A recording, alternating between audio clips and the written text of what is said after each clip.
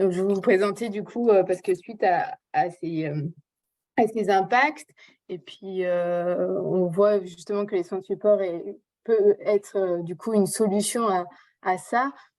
C'est dans cette optique-là que l'ARS a lancé un appel à projet, donc qui s'est fait en 2021, qui a été lancé en tout cas en 2021. Donc cet appel à projet qui a été remporté sur le département de la Savoie par la Ligue contre le cancer, qui est du coup la seule structure porteuse de ce projet sur ce département. L'idée en fait de cet appel à projet, c'est vraiment de proposer donc un panier de 3 soins. Donc dedans il y a ce qu'on appelle l'APA, donc activité physique adaptée, tout ce qui est lié à il y a aussi, pardonnez-moi, tout ce qui est psychologique, donc avec un bilan psychologique et consultation, et tout ce qui est lié à la diététique, donc bilan diététique et consultation. Donc voilà, c'est ces 3 soins de support qui ont été choisis et qui ont été écrits dans cet appel à projet.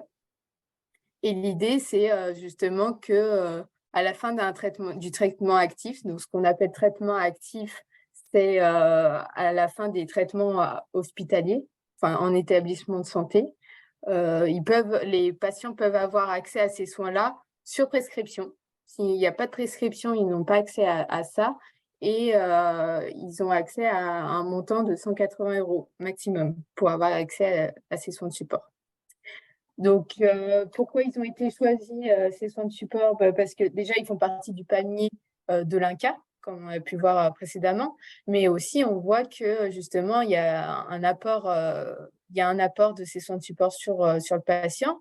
Donc, tout ce qui est accompagnement nutritionnel, donc on sait que justement, il y a des problèmes par rapport à ça. Donc, c'est conserver ou retrouver ce qu'on dit, un point de santé. Ça aussi diminue les risques de récidive, comme l'activité physique adaptée aussi. On sait également qu'il y a tout l'aspect psychologique. Donc en fait, au niveau nutritionnel, c'est l'idée de retrouver ce plaisir de manger. Au niveau du soutien psychologique, justement, régler ces troubles anxio-dépressifs et réduire l'isolement également. Donc, on sait que justement, les patients atteints de cancer, il y a aussi cette problématique d'estime de soi parfois qui peut poser problème. Donc, on peut le retrouver dans l'activité physique adaptée. Ça agit aussi sur cette question-là. Et l'activité physique adaptée agit également sur les douleurs. Donc, on voit que ces 3 soins de support agissent vraiment sur on va dire, les plus grosses problématiques que les patients retrouvent dans l'après-cancer et même dans le pendant.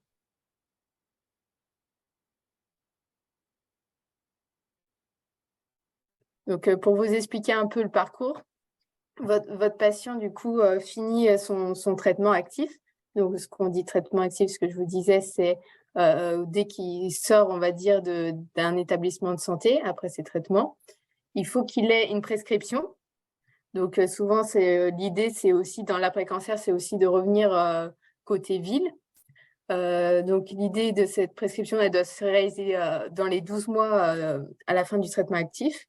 Donc, s'il n'y a pas de prescription, ce que je vous disais, il n'y a pas l'accès à ces soins de support.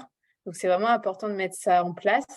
Maya Sedano vous présentera après justement ce qu'ils ont mis. La Ligue contre le cancer a mis en place justement une prescription type pour aider les médecins par rapport à ça.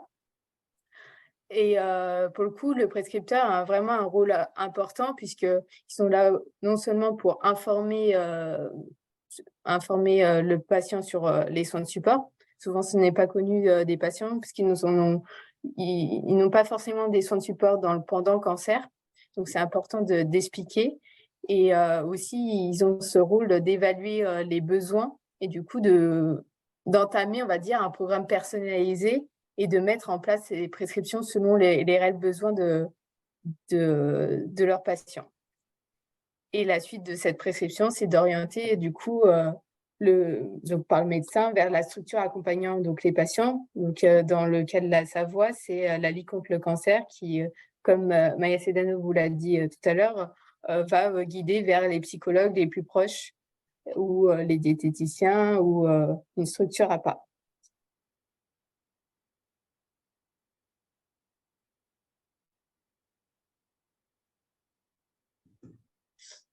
Voilà, du coup, donc, je vais prendre le relais. Donc, voilà, pour vraiment expliquer comment nous, on a mis en place ce dispositif en Savoie, sachant qu'on a vraiment essayé de le simplifier le plus possible pour les médecins, pour les personnes malades et pour les professionnels en soins de support. On a vraiment essayé d'alléger tout le processus. Donc, sur la droite, là, il y a donc le modèle en fait, de la prescription médicale qu'on a établi. Ce qui est important, en fait, ce qui est extrêmement important pour nous, c'est la date de la fin des traitements, puisque voilà, donc elles doivent être inférieures à 1 an. Donc, traitement actif, pour détailler, c'est chimiothérapie, chirurgie, radiothérapie. Par exemple, l'hormonothérapie n'en fait pas partie. Donc, quelqu'un qui appelle au comité, qui est sous hormonothérapie depuis 6 mois et dont le dernier traitement qui a terminé sa prise en charge par de la radiothérapie entre dans le cadre de ce dispositif si elle a la prescription. Voilà, donc ce qui est important aussi, c'est le numéro de téléphone de la personne, puisqu'en fait, dans le principe, dans l'idée, c'est le médecin oncologue, spécialiste d'organes, radiothérapeute ou médecin traitant, nous envoie la prescription, je la reçois, je rappelle tout de suite la personne malade pour mettre en place les soutiens. Ce qui est important aussi, c'est le numéro RPPS. Alors ça, je le dis parce que du coup, dans la pratique, parfois, il le manque.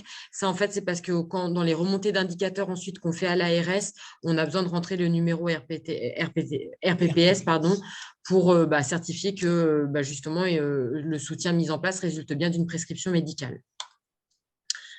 Voilà. Donc, nous, on a conçu un modèle qu'on a extrêmement simplifié. En fait, comme vous l'a dit tout à l'heure Adélaïde, alors ça c'était juste pour le dire parce que voilà, c'est vraiment inscrit dans le dispositif ARS au départ, c'est que toute cette prise en charge de soins de support, normalement, elle est pour un montant maximal de 180 euros. Comme nous, donc voilà, chaque bilan a un coût de 45 euros, chaque consultation de 22,50 €, elle dure une demi-heure, etc. Comme nous, en Savoie, on avait déjà tous nos professionnels en soins de support, qu'on n'agissait pas de cette façon-là, on ne fonctionnait pas sur ces coûts-là et sur ces durées-là de consultation, et qu'on allait bien au-delà aussi d'une prise en charge à 180 euros, on est resté en fait sur ce même modèle. Donc, le médecin en Savoie, en fait, il n'a pas à se soucier du coût, finalement. Il n'a pas de calcul à faire, à se dire, bon, alors si je mets les 3 soutiens, qu'il y a un bilan d'APA, un bilan de soutien psychologique et un bilan de soutien nutritionnel, du coup, il y a déjà 135 euros d'utilisés sur les 180 euros. Du coup, il me reste 2 consultations. Où est-ce que je les mets? En fait, en Savoie, le médecin peut tout cocher. Et nous, quoi qu'il en soit, on prendra en charge ce dont il y a besoin. Pour vous donner une idée, quand on prend en charge 8 séances de soutien psychologique pour une personne malade ou pour son proche, enfin pour une personne, il y a un coût pour l'association de 400 euros. Donc tout de suite, on est déjà bien au-delà. Donc la personne donc, a sa prescription médicale, donc soit c'est elle qui nous l'amène ou qui nous l'envoie par mail, soit le médecin nous l'envoie directement, notamment via mon CISRA. Et ensuite, c'est donc nous et surtout moi qui allons orienter la personne vers les professionnels en soins de support liés à la prescription et à son lieu d'habitation. Donc, très concrètement, je rappelle la personne, je dis, voilà, donc j'ai bien reçu la prescription médicale, votre prescription médicale. Donc, pour mettre en place le soutien, le bilan d'activité physique adapté, vous allez contacter telle personne. Pour le soutien psychologique, telle personne, je donne les coordonnées, etc. Comme en fait, on fait dans un fonctionnement normal hors dispositif. Ensuite, quand je raccroche, donc comme d'habitude, je valide les soutiens auprès des professionnels en soins de support. Je leur dis quand même quand la prise en charge s'inscrit dans le dispositif. Finalement, dans la pratique de la professionnelle, ça ne change rien, mais c'est simplement pour le lui indiquer. Et ensuite, j'écris au médecin prescripteur. Donc, si par exemple, il s'agit de l'oncologue, j'écris à l'oncologue pour lui expliquer, voilà, j'ai bien reçu la prescription réalisée pour monsieur Untel et je lui indique vers qui je l'ai orienté. Donc, voilà, je l'ai orienté vers Madame Untel pour du soutien psychologique à Saint-Genis-sur-Guiers, vers la diététicienne une telle à Pont-de-Beauvoisin. Donc, je lui spécifie le nom, le prénom, le lieu d'exercice pour que, s'ils le souhaitent, les professionnels en soins de support et le médecin prescripteur puissent se mettre en lien. En fait, au départ, dans le cadre du dispositif, il fallait que les professionnels en soins de support nous écrivent des bilans, que la Ligue contre le cancer, on récupère ces bilans, qu'on les oriente, etc. Enfin, c'était complexe. Et puis surtout, ça ne nous paraissait pas pertinent dans le sens où moi, il n'y a aucun intérêt, aucune légitimité à ce que je lise en fait les bilans psychologiques ou d'alimentation des personnes. Ça n'avait pas de sens. C'est pour ça qu'on a préféré pouvoir simplement indiquer aux médecins prescripteurs et aux professionnels en centre de support vers qui on orientait les uns les autres. Quoi qu'il en soit, quand le prescripteur est un oncologue, justement, sur le modèle de prescription, il y a toujours le nom du médecin traitant en premier parce que ça fait partie du cahier des charges en fait, du projet, du dispositif. Il faut toujours qu'on en tienne informé le médecin traitant. Donc, quoi qu'il en soit, si c'est l'oncologue qui me fait une prescription, ou un radiothérapeute ou le chirurgien, j'écris en parallèle au médecin traitant pour lui expliquer le dispositif, pour lui expliquer qu'on a reçu une prescription médicale réalisée par l'oncologue, etc. Et lui donner aussi des indications.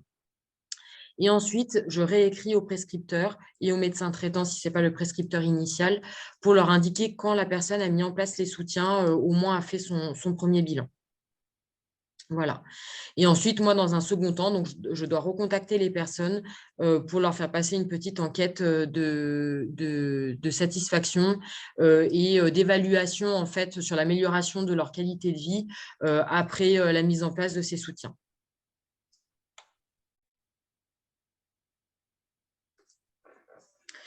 Donc, les avantages de ce dispositif pour les bénéficiaires, donc déjà, la qualité, puisque comme on l'a vu dans la présentation, on travaille vraiment avec des professionnels qualifiés et diplômés. La sécurité donc, par rapport à cette garantie-là, mais aussi par rapport à la sécurisation des données, l'utilisation de mon CISRA, avec aussi nos professionnels en soins de support et donc les médecins. La proximité et la transition hôpital-ville, le fait qu'il n'y ait pas d'avance de frais, pas de démarche administrative à faire, la reconnaissance du besoin en soins de support lorsque les personnes ont terminé leur traitement. Donc ça, c'est parce que ça, c'est vraiment quelque chose que les personnes nous relatent énormément. Hein, le fait qu'à la fin des soins, en fait, c'est souvent là qu'il y a des syndromes dépressifs, que c'est plus compliqué pour les personnes qui se sentent d'un seul coup isolées, qui réalisent aussi tout ce qui s'est passé, qui sont moins dans le faire quotidien et qui sont aussi beaucoup moins sollicités par les professionnels soignants. Donc, c'est là que souvent, il y a un gros sentiment de vide. Donc, c'est aussi que ça a permis un accès aux soins, aux 3 soins de support donc, du panier LFSS. Alors, nous aussi, on passe beaucoup de temps à en parler aux personnes parce qu'évidemment, il y a des personnes qui nous appellent au comité. Puis moi, du coup, je cerne qu'ils peuvent s'inscrire dans le cadre du dispositif ARS. Et finalement, parfois, pour nous, ce n'est pas évident, puisque quoi qu'il en soit, ces personnes-là auraient bénéficié des soutiens qu'on mettrait en place. Simplement, moi, du coup, je leur demande d'aller chercher cette prescription médicale en plus, puisque comme justement, pour le moment, le dispositif n'est pas très bien connu, du coup, ça ajoute ça.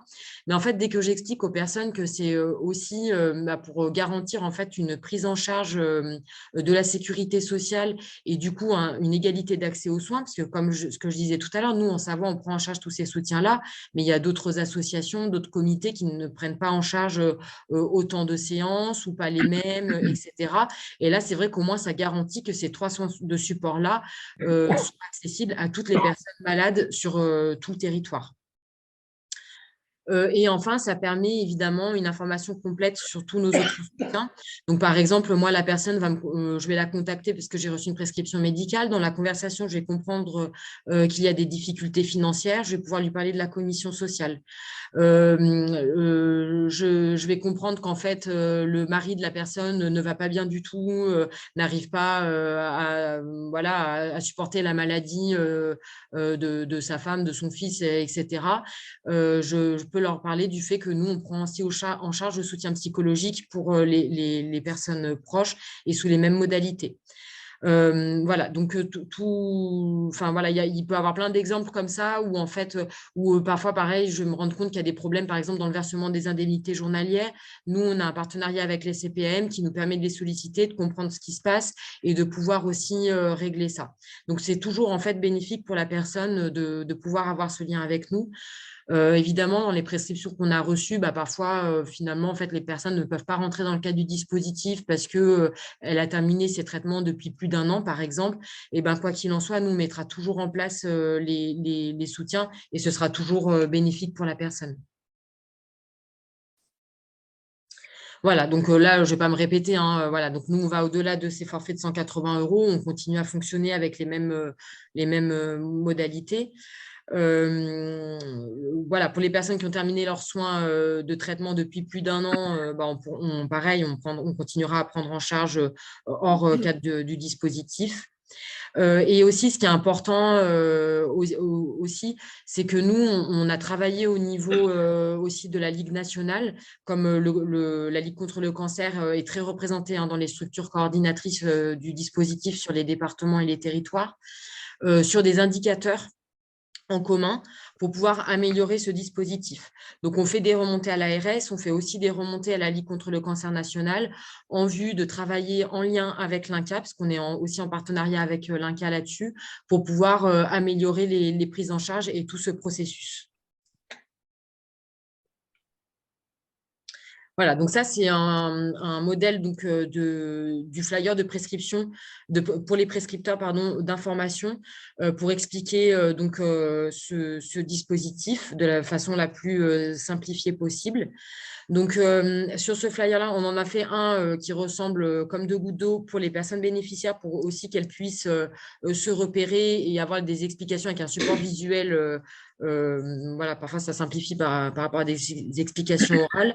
Celui pour les prescripteurs, c'est qu'en plus, il y a notre adresse Mon Cisra pour nous écrire directement et nous envoyer directement les informations et les prescriptions.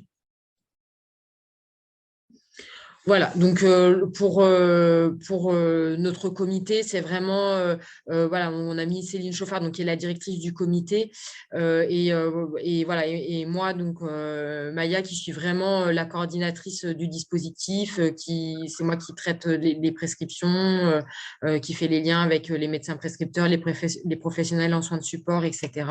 Et donc, en dessous, notre adresse Mon Cisra pour nous envoyer, pour nous demander des informations, nous envoyer des prescriptions de façon sécurisée.